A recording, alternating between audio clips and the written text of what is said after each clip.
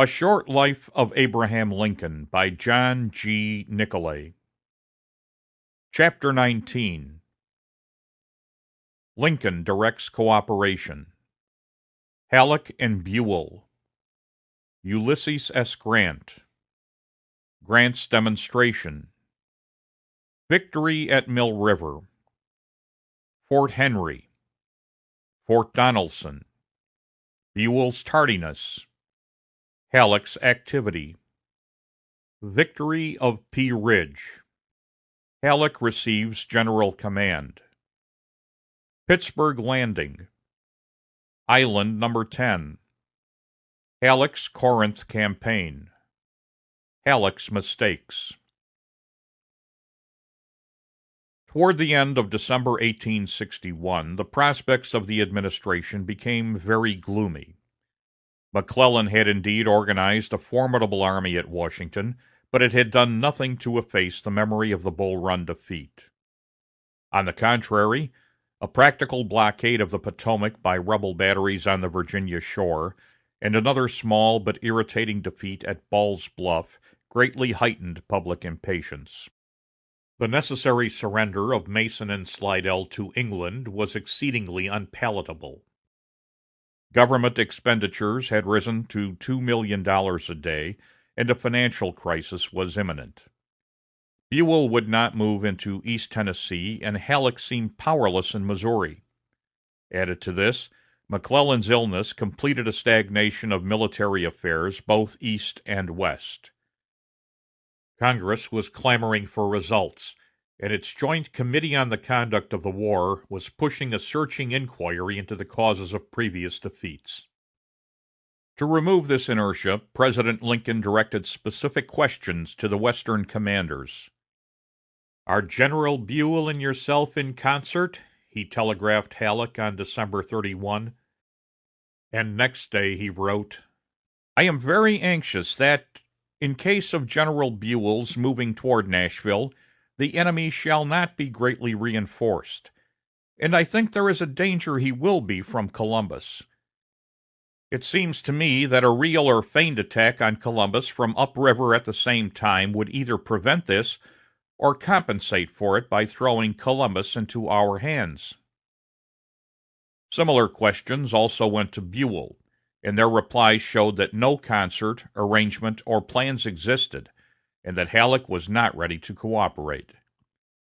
The correspondence started by the President's inquiry for the first time clearly brought out an estimate of the Confederate strength opposed to a southward movement in the West. Since the Confederate invasion of Kentucky on September 4, the rebels had so strongly fortified Columbus on the Mississippi River that it came to be called the Gibraltar of the West, and now had a garrison of 20,000 to hold it, while General Buckner was supposed to have a force of 40,000 at Bowling Green on the railroad between Louisville and Nashville. For more than a month, Buell and Halleck had been aware that a joint river and land expedition southward up the Tennessee or the Cumberland River, which would outflank both positions and cause their evacuation, was practicable with but little opposition. Yet neither Buell nor Halleck had exchanged a word about it or made the slightest preparation to begin it, each being busy in his own field and with his own plans.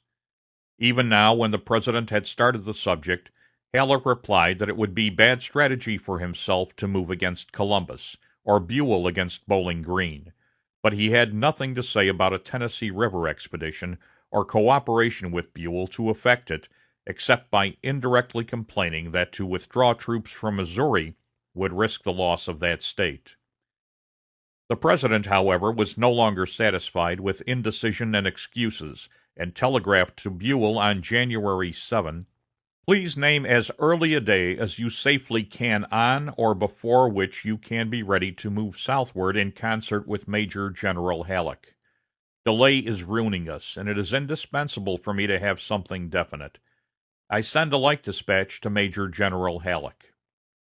To this Buell made no direct reply, while Halleck answered that he had asked Buell to designate a date for a demonstration, and explained 2 days later, "I can make, with the gunboats and available troops, a pretty formidable demonstration, but no real attack. In point of fact, Halleck had on the previous day, January 6, written to Brigadier General U.S. Grant, "I wish you to make a demonstration in force," and he added full details, to which Grant responded on January 8. "Your instructions of the 6th were received this morning, and immediate preparations made for carrying them out," also adding details on his part.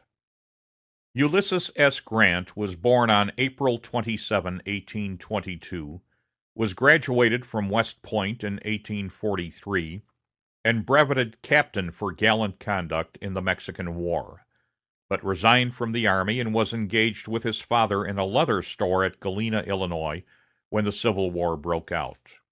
Employed by the governor of Illinois a few weeks at Springfield to assist in organizing militia regiments under the President's first call, Grant wrote a letter to the War Department at Washington tendering his services and saying, "I feel myself competent to command a regiment, if the President in his judgment should see fit to entrust one to me."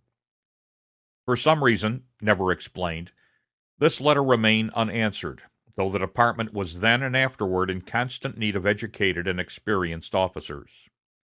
A few weeks later, however, Governor Yates commissioned him colonel of one of the Illinois 3-years regiments. From that time until the end of 1861, Grant, by constant and specially meritorious service, rose in rank to brigadier general and to the command of the important post of Cairo, Illinois, having meanwhile, on November 7th, won the Battle of Belmont on the Missouri shore opposite Columbus. The demonstration ordered by Halleck was probably intended only as a passing show of activity, but it was executed by Grant, though under strict orders to avoid a battle, with a degree of promptness and earnestness that drew after it momentous consequences. He pushed a strong reconnaissance by 8,000 men within a mile or two of Columbus, and sent 3 gunboats up the Tennessee River, which drew the fire of Fort Henry. The results of the combined expedition convinced Grant that a real movement in that direction was practicable, and he hastened to St. Louis to lay his plan personally before Halleck. At first that general would scarcely listen to it, but returning to Cairo, Grant urged it again and again, and the rapidly changing military conditions soon caused Halleck to realize its importance. Within a few days, several items of interesting information reached Halleck. That General Thomas in eastern Kentucky had won a victory over the rebel General Zollicoffer, capturing his fortified camp on the Cumberland River, annihilating his army of over 10 regiments, and fully exposing Cumberland Gap. That the Confederates were about to throw strong reinforcements into Columbus. That 7 formidable Union ironclad river gunboats were ready for service, and that a rise of 14 feet had taken place in the Tennessee River, greatly weakening the rebel batteries on that stream and the Cumberland. The advantages on the one hand and the dangers on the other, which these reports indicated, moved Halleck to a sudden decision. When Grant, on January 28, telegraphed him, "With permission, I will take Fort Henry on the Tennessee and establish and hold a large camp there," Halleck responded on the 30th, "Make your preparations to take and hold Fort Henry." It would appear that Grant's preparations were already quite complete when he received written instructions by mail on February 1, for on the next day he started 15,000 men on transports, and on February 4 himself followed with 7 gunboats under command of Commodore Foote. 2 days later, Grant had the satisfaction of sending a double message in return. "Fort Henry is ours. I shall take and destroy Fort Donelson on the 8th." Fort Henry had been an easy victory. The rebel commander, convinced that he could not defend the place, had early that morning sent away his garrison of 3,000 on a retreat to Fort Donelson, and simply held out during a 2 hours' bombardment until they could escape capture. To take Fort Donelson was a more serious enterprise. That stronghold, lying 12 miles away on the Cumberland River, was a much larger work, with a garrison of 6,000 and armed with 17 heavy and 48 field guns. If Grant could have marched immediately to an attack of the combined garrisons, there would have been a chance of quick success. But the high water presented unlooked-for obstacles, and nearly a week elapsed before his army began stretching itself cautiously around the 3 miles of Donelson's entrenchments. During this delay, the conditions became greatly changed. When the Confederate general Albert Sidney Johnston received news that Fort Henry had fallen, he had held a council at Bowling Green with his subordinate generals Hardee and Beauregard, and seeing that the Union success would, if not immediately counteracted, render both Nashville and Columbus untenable, resolved, to use his own language, to defend Nashville at Donelson. An immediate retreat was begun from Bowling Green to Nashville, and heavy reinforcements were ordered to the garrison of Fort Donelson. It happened, therefore, that when Grant was ready to begin his assault, the Confederate garrison with its reinforcements outnumbered his entire army. To increase the discouragement, the attack by gunboats on the Cumberland River on the afternoon of February 14 was repulsed, seriously damaging 2 of them, and a heavy sortie from the fort threw the right of Grant's investing line into disorder. Fortunately, General Halleck at St. Louis strained all his energies to send reinforcements, and these arrived in time to restore Grant's advantage in numbers. Serious disagreement among the Confederate commanders also hastened the fall of the place. On February 16, General Buckner, to whom the senior officers had turned over the command, proposed an armistice and the appointment of commissioners to agree on terms of capitulation. To this Grant responded with a characteristic spirit of determination: "No terms except unconditional and immediate surrender can be accepted. I propose to move immediately upon your works." Buckner complained that the terms were ungenerous and unchivalric, but that necessity compelled him to accept them. And Grant telegraphed Halleck on February 16, "We have taken Fort Donelson, and from 12 to 15,000 prisoners." The senior Confederate generals, Pillow and Floyd, and a portion of the garrison had escaped by the Cumberland River during the preceding night. Since the fall of Fort Henry on February 6, a lively correspondence had been going on in which General Halleck besought Buell to come with his available forces, assist in capturing Donelson, and command the column up the Cumberland to cut off both Columbus and Nashville.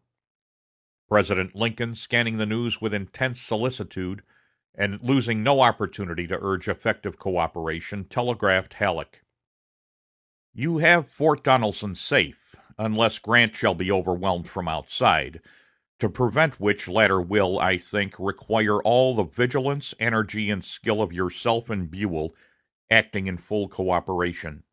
Columbus will not get at Grant, but the force from Bowling Green will. They hold the railroad from Bowling Green to within a few miles of Fort Donelson, with the bridge at Clarksville undisturbed.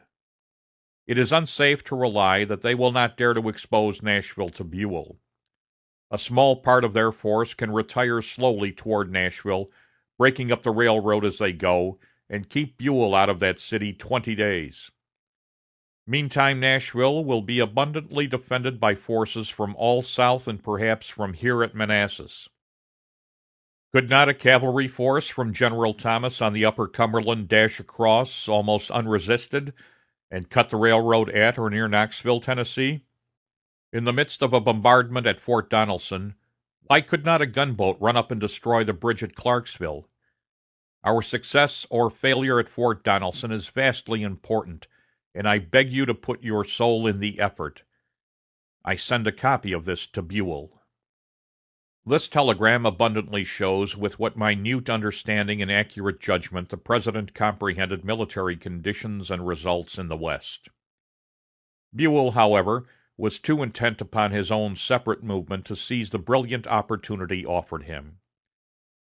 As he, only in a feeble advance, followed up the retreating Confederate column from Bowling Green to Nashville, Halleck naturally appropriated to himself the merit of the campaign, and telegraphed to Washington on the day after the surrender, "Make Buell, Grant, and Pope major generals of volunteers, and give me command in the West.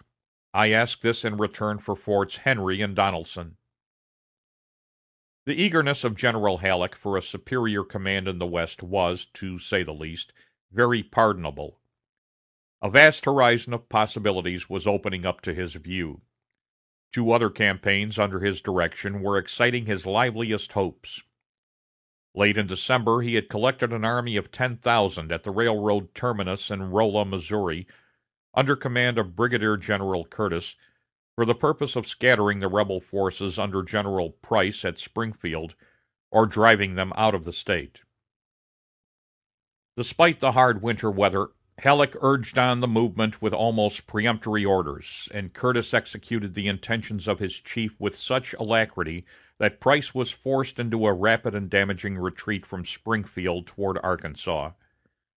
While forcing this enterprise in the Southwest, Halleck had also determined on an important campaign in southeast Missouri. Next to Columbus, which the enemy evacuated on March 2, the strongest Confederate fortifications on the Mississippi River were at Island No. 10, about 40 miles further to the south. To operate against these, he planned an expedition under Brigadier General Pope to capture the town of New Madrid as a preliminary step. Columbus and Nashville were almost sure to fall as the result of Donelson. If now he could bring his two Missouri campaigns into a combination with two swift and strong Tennessee expeditions, while the enemy was in scattered retreat, he could look forward to the speedy capture of Memphis. But to the realization of such a project, the hesitation and slowness of Buell were a serious hindrance.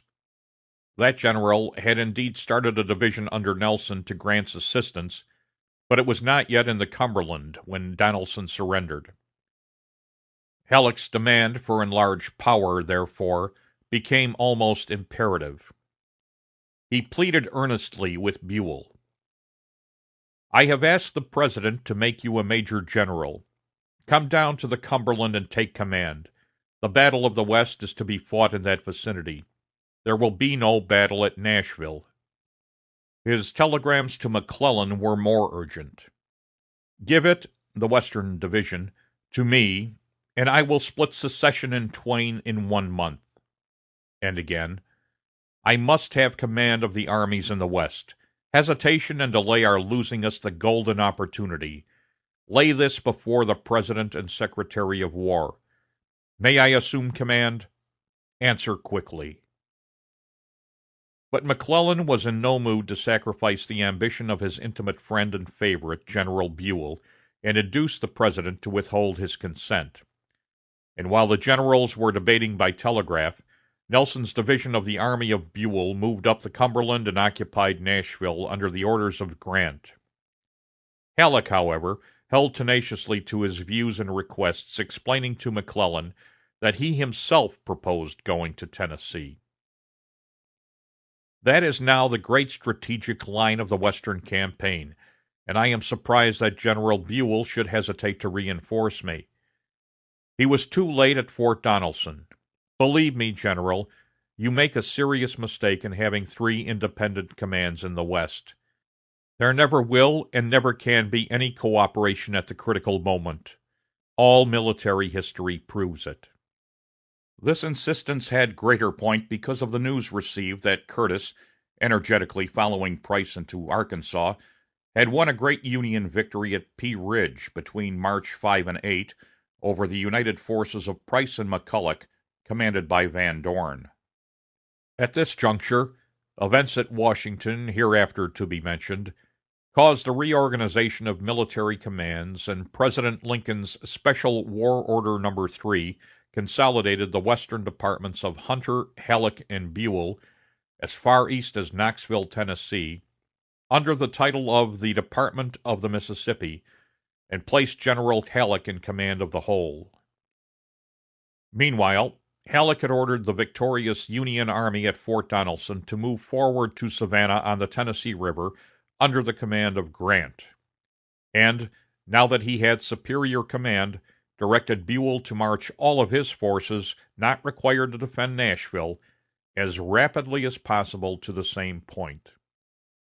Halleck was still at St. Louis, and through the indecision of his further orders, through the slowness of Buell's march, and through the unexplained inattention of Grant, the Union armies narrowly escaped a serious disaster, which, however, the determined courage of the troops and subordinate officers turned into a most important victory. The golden opportunity, so earnestly pointed out by Halleck, while not entirely lost, was nevertheless seriously diminished by the hesitation and delay of the Union commanders to agree upon some plan of effective cooperation. When, at the fall of Fort Donelson, the Confederates retreated from Nashville toward Chattanooga and from Columbus toward Jackson, a swift advance by the Tennessee River could have kept them separated. But as that open highway was not promptly followed in force, the flying Confederate detachments found abundant leisure to form a junction. Grant reached Savannah on the east bank of the Tennessee River about the middle of March, and in a few days began massing troops at Pittsburgh Landing, 6 miles further south, on the west bank of the Tennessee, still keeping his headquarters at Savannah to await the arrival of Buell and his army. During the next 2 weeks, he reported several times that the enemy was concentrating at Corinth, Mississippi, an important railroad crossing 20 miles from Pittsburgh Landing, the estimate of their number varying from 40,000 to 80,000. All this time his mind was so filled with an eager intention to begin a march upon Corinth, and a confidence that he could win a victory by a prompt attack, that he neglected the essential precaution of providing against an attack by the enemy, which, at the same time, was occupying the thoughts of the Confederate commander, General Johnston. General Grant was therefore greatly surprised on the morning of April 6, when he proceeded from Savannah to Pittsburgh Landing to learn the cause of a fierce cannonade. He found that the Confederate army, 40,000 strong, was making an unexpected and determined attack in force on the Union camp, whose 5 divisions numbered a total of about 33,000. The Union generals had made no provision against such an attack. No entrenchments had been thrown up, no plan or understanding arranged. A few preliminary picket skirmishes had, indeed, put the Union front on the alert, but the commanders of brigades and regiments were not prepared for the impetuous rush with which the 3 successive Confederate lines began the main battle. On their part, the enemy did not realize their hope of effecting a complete surprise, and the nature of the ground was so characterized by a network of local roads, alternating patches of woods and open fields, miry hollows and abrupt ravines, that the lines of conflict were quickly broken into short, disjointed movements that admitted of little or no combined or systematic direction. The effort of the Union officers was necessarily limited to a continuous resistance to the advance of the enemy from whatever direction it came. That of the Confederate leaders to the general purpose of forcing the Union lines away from Pittsburgh Landing so that they might destroy the Federal transports and thus cut off all means of retreat. In this effort, although during the whole of Sunday, April 6, the Union front had been forced back 1.5 miles, the enemy had not entirely succeeded. About sunset, General Beauregard, who, by the death of General Johnston during the afternoon, succeeded to the Confederate command, gave orders to suspend the attack, in the firm expectation, however, that he would be able to complete his victory the next morning. But in this hope he was disappointed. During the day the vanguard of Buell's army had arrived on the opposite bank of the river. Before nightfall, one of his brigades was ferried across and deployed in front of the exultant enemy. During the night and early Monday morning, 3 superb divisions of Buell's army, about 20,000 fresh, well-drilled troops, were advanced to the front under Buell's own direction. And by 3 o'clock of that day, the 2 wings of the Union army were once more in possession of all the ground that had been lost on the previous day, while the foiled and disorganized Confederates were in full retreat upon Corinth. The severity of the battle may be judged by the losses. In the Union Army, killed 1,754, wounded 8,408, missing 2,885. In the Confederate Army, killed 1,728, wounded 8,012, missing 954. Having comprehended the uncertainty of Buell's successful junction with Grant, Halleck must have received tidings of the final victory at Pittsburgh Landing with emotions of deep satisfaction. To this was now joined the further gratifying news that the enemy on the same momentous April 7 had surrendered Island No. 10, together with 6,000 or 7,000 Confederate troops, including 3 general officers, to the combined operations of General Pope and Flag Officer Foote. Full particulars of these 2 important victories did not reach Halleck for several days. Following previous suggestions, Pope and Foote promptly moved their gunboats and troops down the river to the next Confederate stronghold, Fort Pillow, where extensive fortifications aided by an overflow of the adjacent river banks indicated strong resistance and considerable delay. When all the conditions became more fully known, Halleck at length adopted the resolution, to which he had been strongly leaning for some time, to take the field himself. About April 10, he proceeded from St. Louis to Pittsburgh Landing, and on the 15th ordered Pope with his army to join him there, which the latter, having his troops already on transports, succeeded in accomplishing by April 22. Halleck immediately effected a new organization, combining the armies of the Tennessee, of the Ohio, and of the Mississippi into respectively his right wing, center, and left wing. He assumed command of the whole himself, and nominally made Grant second in command. Practically, however, he left Grant so little authority or work that the latter felt himself slighted, and asked to leave to proceed to another field of duty. It required but a few weeks to demonstrate that however high were Halleck's professional acquirements in other respects, he was totally unfit for a commander in the field. Grant had undoubtedly been careless in not providing against the enemy's attack at Pittsburgh Landing. Halleck, on the other extreme, was now doubly overcautious in his march upon Corinth. From first to last, his campaign resembled a siege. With over 100,000 men under his hand, he moved at a snail's pace, building roads and breastworks, and consuming more than a month in advancing a distance of 20 miles. During which period, Beauregard managed to collect about 50,000 effective Confederates and construct defensive fortifications with equal industry around Corinth. When, on May 29, Halleck was within assaulting distance of the rebel entrenchments, Beauregard had leisurely removed his sick and wounded, destroyed or carried away his stores, and that night finally evacuated the place, leaving Halleck to reap, practically, a barren victory. Nor were the general's plans and actions any more fruitful during the following 6 weeks. He wasted the time and energy of his soldiers multiplying useless fortifications about Corinth.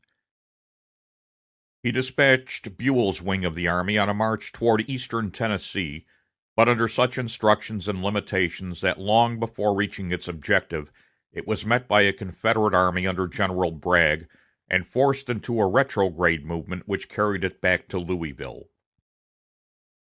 More deplorable, however, than either of these errors in judgment was Halleck's neglect to seize the opportune moment when, by a vigorous movement in cooperation with the brilliant naval victories under Flag Officer Farragut, commanding a formidable fleet of Union warships, he might have completed the overshadowing military task of opening the Mississippi River. End of chapter 19.